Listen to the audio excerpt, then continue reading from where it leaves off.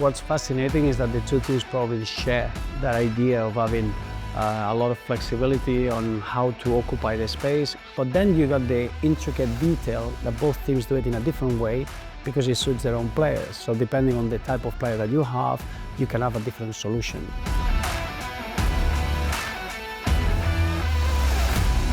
I think PSG, they've been the outstanding team in the tournament. I think what we can say is that we're quite certain to what we're going to expect. A team that they are totally synchronized, that they play with confidence, with belief, on the ball, very clear in what they do, even though they're starting to be a team that you know exactly what they're going to do, and it's very difficult to stop because they got great variation, they're very fluent in their positions, they control the ball, the technical level of the team is exceptional, everybody can hold the ball, they keep very disciplined positions to keep with, always got 1v1 situations, and then always players arriving in the box.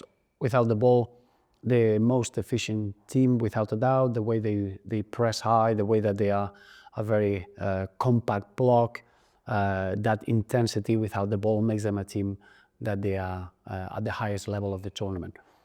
Chelsea, completely different team. We've seen them growing. The coach Maresca has used a lot of players, the biggest amount of players that any team is using in the tournament. And I think we are clear now on what they're going to do on the ball. They got the pace of Nkunku, of Pedro Neto, the creativity of Enzo Fernandez and Cole Palmer, the balance of Caicedo, a back three where they got that flexibility with the position of Cucurella.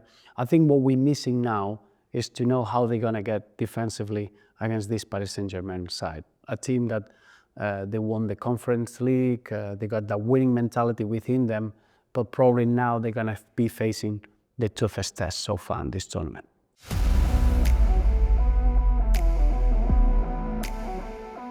I think we've seen different rotations. Here's a very good clip on the right back Gusto, that is get the freedom. They always keep 4 players with the 3 centre halves. Sometimes it's Cucurella, sometimes could be a centre half, and then Caicedo is the one in the peak of the diamond. But then is the right back Gusto, gives you a good balance, playing inside and allowing more Pedro Neto and Nkunku, more of a wide player. And then they've been using the position of Cole Palmer very interestingly, depending on the opposition. When the space was centrally, when the space was right, we've seen a good relationship between Cucurella and Cole Palmer, 2 left footers together. We've seen it with Enzo and Enzo Fernandez and Pedro Neto. So I think it's a team that is very flexible, very disciplined when they got a clear instruction how to execute it. They got quality in the 1v1 situations and they create real quality chances. But I think that Gusto position is an interesting one. So as a fullback of the ball, right back is allowed to be in that central area and it becomes a playmaker. And I think that's a very interesting added, development onto the fullbacks in this tournament. We've seen fullbacks that they are allowed to be in their positions on the ball, or the fullbacks that they are allowed to come inside and be more playmakers. And probably, as the example of Paris Saint-Germain, with Hakimi, a fullback that is allowed to get into the final third and penetrate.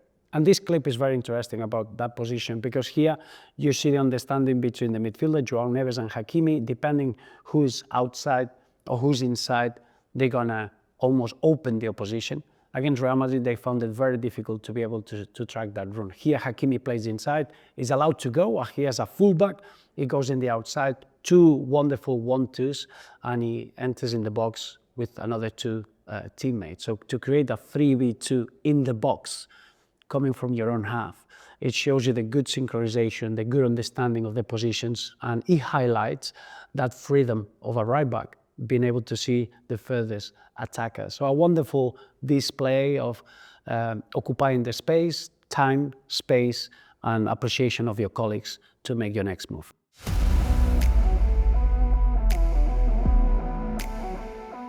What's fascinating is that the two teams probably share that idea of having a lot of flexibility on how to occupy the space, huge discipline on being able to have players given the width and occupying the spaces. But then you got the intricate detail that both teams do it in a different way because it suits their own players. So depending on the type of player that you can have a different solution. And I think PSG, we've seen it with Hakimi as a right back, being allowed to go all the way and being one of the attackers in any build-up play, when probably the fullbacks at Chelsea are more supportive and they are more part of the build-up, even though they come into central areas to help that space. So the concept would be the same, the execution totally different.